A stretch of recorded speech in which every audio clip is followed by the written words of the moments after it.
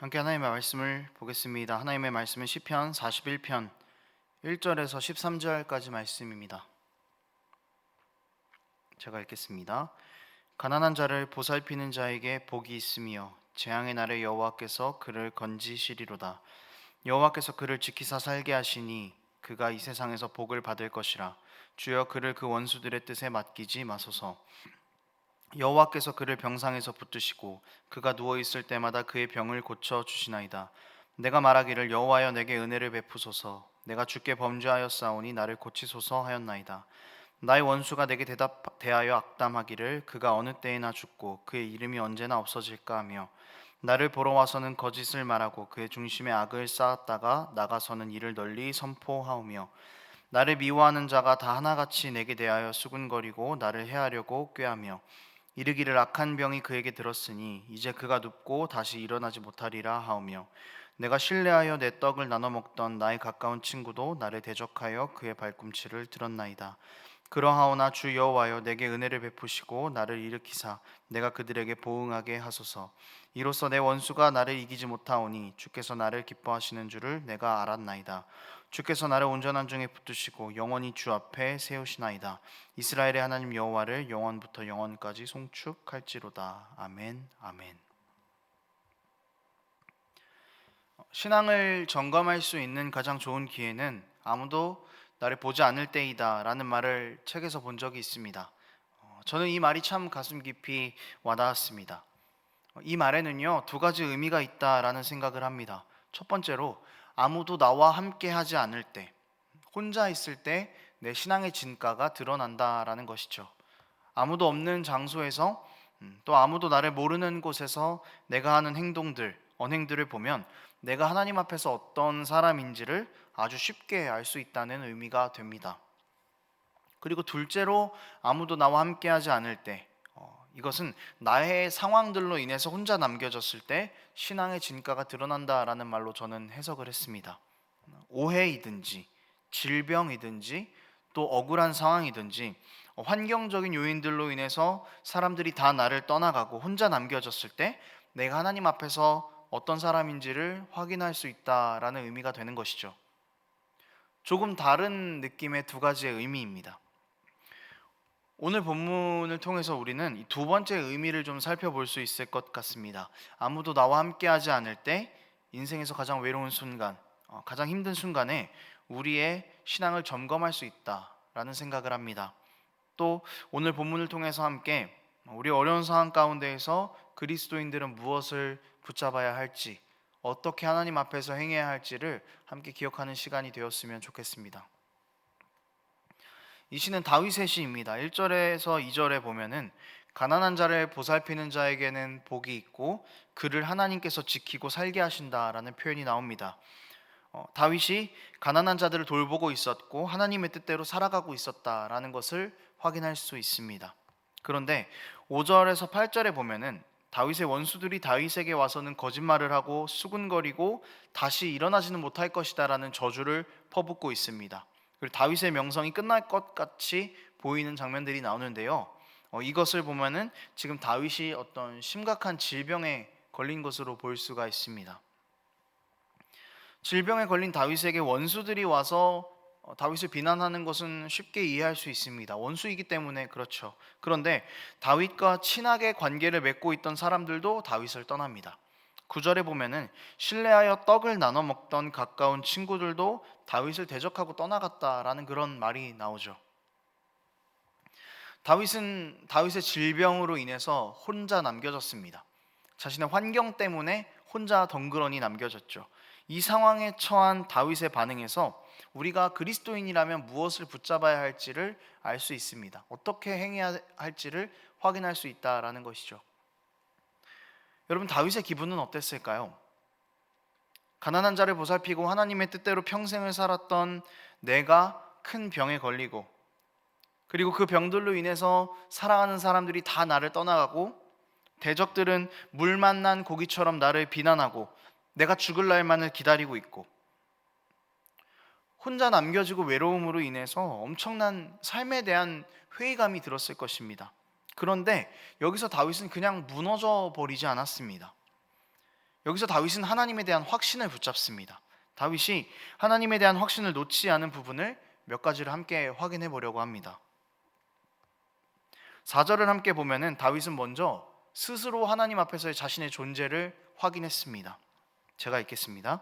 여호와여 내게 은혜를 베푸소서. 내가 주께 범죄하였사오니 나를 고치소서.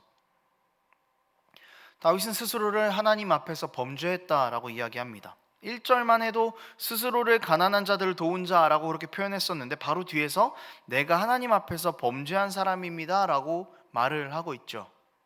이것은 단순하게 1차원적으로 내가 죄가 있어서 병에 걸렸습니다, 이 질병이 내 죄 때문입니다라고 말하는 의미가 아니라 조금 더 깊이 들어가서 하나님 앞에서 자신의 존재를 바라본 것입니다.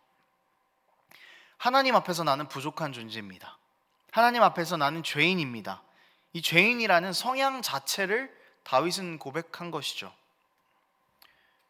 이것은 하나님 앞에서 존재의 확인입니다. 왜 이것이 존재를 확인하는 것인가 하면은 내가 죽을 병에 걸렸다가 살아난 사람들이라는 것을 인정하는 고백이기 때문입니다. 여러분, 우리는요, 우리가 가진 죄 때문에, 이 죄의 성향들 때문에 죽을 수밖에 없는 사람들이었습니다. 구원과는 거리가 먼, 오히려 죽음 안에 더 살 수밖에 없는 그런 사람들이었습니다. 하지만 우리는 구원 없음이라는 이 죽을 병을 하나님의 은혜로 고침받은 사람들입니다. 예수의 십자가로 인해서 치료받은 사람들이죠.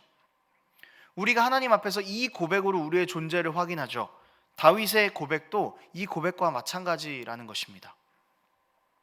그리고 이렇게 하나님 앞에서 내가 주님 때문에 죽다 살아났습니다 라는 고백을 해내는 겁니다. 정말 힘들고 어려운 상황 가운데에서 다윗은 이 고백을 놓지 않으면서 끊임없이 내가 하나님 앞에서 어떤 존재인지를 계속 확인해 나갔던 것이죠. 가장 힘들고 어려운 상황 가운데에서 다윗은 먼저 하나님 앞에 바짝 엎드렸습니다. 이것을 기초로 이제 그 뒤에 다윗의 고백들을 살펴보면은 다윗은 이렇게 먼저 고백하고 있습니다. 하나님 내게 은혜를 베푸소서. 2번이나 우리 본문에서 이렇게 고백합니다. 먼저는 자신이 큰 병에 걸렸을 때 4절에서 하나님 내게 은혜를 베푸소서, 그렇게 고백하고, 병으로 인해서 사람들이 나를 다 떠나가고 공허한 가운데에서도 역시 고백합니다. 하나님 내게 은혜를 베푸소서. 이 은혜를 베풀어 달라라는 고백이 유효하기 위해서 가장 필요한 것이 앞에서 했던 다윗의 존재 확인입니다. 하나님 앞에서 내가 죄인임을 고백하는 것, 무능함을 고백하는 것, 이 고백이 선행이 된다면은 주님 나를 도우소서라는 고백이 성립이 되는 거죠. 유효한 것이죠. 하나님 내게 은혜를 베풀어 달라라는 것은요, 내가 할 수 있는 것이 아무것도 없다는 것입니다. 하나님께서 은혜를 베풀어 주셔야만 내가 병에서 나을 수 있고, 하나님께서 은혜를 베풀어 주셔야만 오해받고 비난받는 상황들이 나아질 수 있고, 하나님께서 내게 은혜를 베풀어 주셔야만 나를 떠났던 나의 친한 사람들이 다시 돌아오고 내 환경이 나아질 수 있다라는 고백인 것입니다. 특히 10절에 보면은요, 은혜를 베푸시고 나를 일으키사 내가 그들에게 보응하게 하소서라는 구절이 나옵니다. 이 보응한다라는 단어는요, 조금 더 정확하게 말하면 보복을 하되 선으로 한다라는 그런 뜻입니다. 사람이 보복을 어떻게 선으로 합니까? 우리는 하나를 받으면은 더 많은 것으로 돌려주려고 하죠. 물론 부정적인 부분에서. 어떻게 보복을 선으로 하느냐? 죄인인 우리가 어떻게 보복을 선으로 합니까? 이건 하나님을 의지하는 것뿐입니다.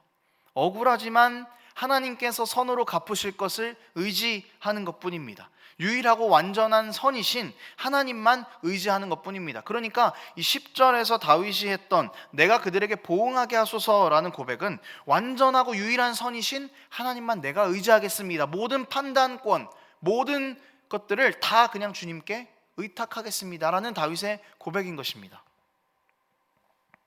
이렇게 하나님을 의지해서 악을 선으로 갚는 자의 삶은 어떻습니까? 11절 12절입니다. 내 원수가 나를 이기지 못하오니 주께서 나를 기뻐하시는 줄을 내가 알았나이다. 주께서 나를 온전한 중에 붙드시고 영원히 주 앞에 세우시나이다. 하나님만 의지하고 악을 선으로 갚지 않은 자, 하나님께 다 맡겨드린 자에게는 하나님의 기쁨이 함께합니다. 하나님께서 영원히 그를 온전하게 세우시는 축복이 함께합니다. 그리고 우리는 하나님께서 세우신 과정과 결과에 대해서 오늘 본문의 마지막 절을 고백할 수 있게 될 것입니다. 13절입니다. 이스라엘의 하나님 여호와를 영원부터 영원까지 송축할지로다. 아멘, 아멘. 이스라엘의 하나님 여호와를 영원부터 영원까지 송축할지로다. 아멘, 아멘. 우리의 방법을 의지해서는 이런 고백이 나올 수 없겠죠. 하나님 앞에 엎드리지 않은 사람들은 이 고백을 할 수 없습니다. 하나님 앞에서 내 존재가 어떤 사람인지 그렇게 확인하지 않은 사람은 이 고백을 할 수가 없습니다. 오직 하나님 앞에 엎드려서 고난을 벗어날 때에 하나님의 방식들을 선택한 사람들만이 이 고백을 할 수 있습니다. 왜? 내가 한 게 아니라 하나님께서 하셨기 때문이죠. 그렇게 행한 사람들만이 하나님께서 주시는 진정한 축복과 기쁨을 맛볼 수 있는 것입니다. 그렇게 한 자들만이 진정하게 하나님을 찬양할 수 있게 되는 것입니다. 우리가 하나님 앞에서 우리의 존재를 제대로 확인하지 못하고 하나님을 찬양한다? 거짓입니다. 우리가 먼저 하나님 앞에서 죄인이라는 고백을 해야만 우리가 하나님께 드리는 찬양이 진심의 고백이 될 수 있다는 것이죠. 형식을 벗어나는 것이죠. 여러분, 우리는 하나님의 은혜를 경험한 사람들입니다. 한 번 경험해 본 사람은요, 그 은혜가 얼마나 큰 은혜인지 압니다. 그렇다면 가장 큰 기쁨인 하나님께서 주시는 참 은혜에 거하기를 소망하는 우리 삶이 되었으면 좋겠습니다. 하나님의 방법이 우리에게 손해가 되는 것처럼 보이지만 그것이 궁극적인 해결이라는 것을 우리는 알고 있는 사람들입니다.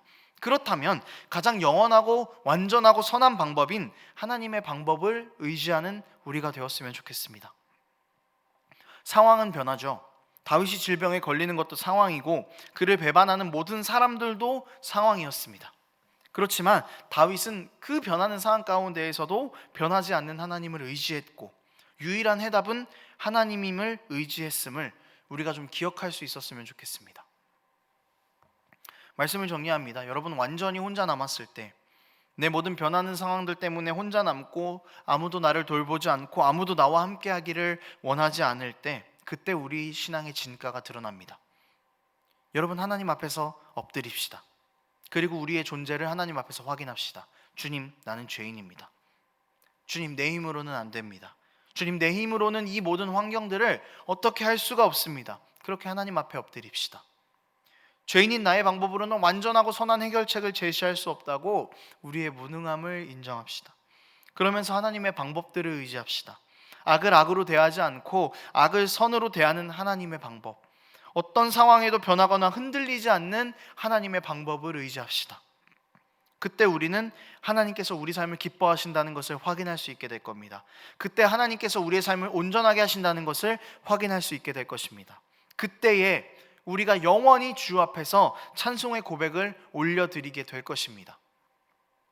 이러한 모든 과정들을 겪고 주님 앞에서 늘 감사의 고백들로, 주님, 내가 나의 삶에 일하신 하나님으로 인하여서 영원부터 영원까지 하나님을 찬송합니다라는 고백이 우리 삶에 끊이지 않는 그런 은혜가 우리 성도님들의 삶 가운데 깊숙이 있기를 소원합니다. 함께 기도하겠습니다. 하나님 아버지, 우리는 연약합니다. 우리가 죄인입니다. 하나님 앞에서 우리 이 고백들을 드리며 우리의 존재를 날마다 확인해 나갈 수 있도록 도와주시옵소서. 우리의 변하는 환경 가운데에서 어려움을 겪고 있습니다. 그러나 주님, 변하지 않는 주님을 의지하여서 우리의 변하는 환경 가운데에서도 은혜 주시는 하나님 의지할 수 있도록 아버지 도와주시옵소서. 우리 삶의 어떤 방법들로 해결하려는 그 모든 방법들이 내 방법과 내 지혜가 아니라 하나님께서 주시는 하나님의 선하신 방법임을 그것들을 의지하며 나아갈 수 있는 우리 될 수 있도록 하나님 우리 가운데 함께하여 주시옵소서. 감사드리며 예수님의 이름으로 기도합니다. 아멘.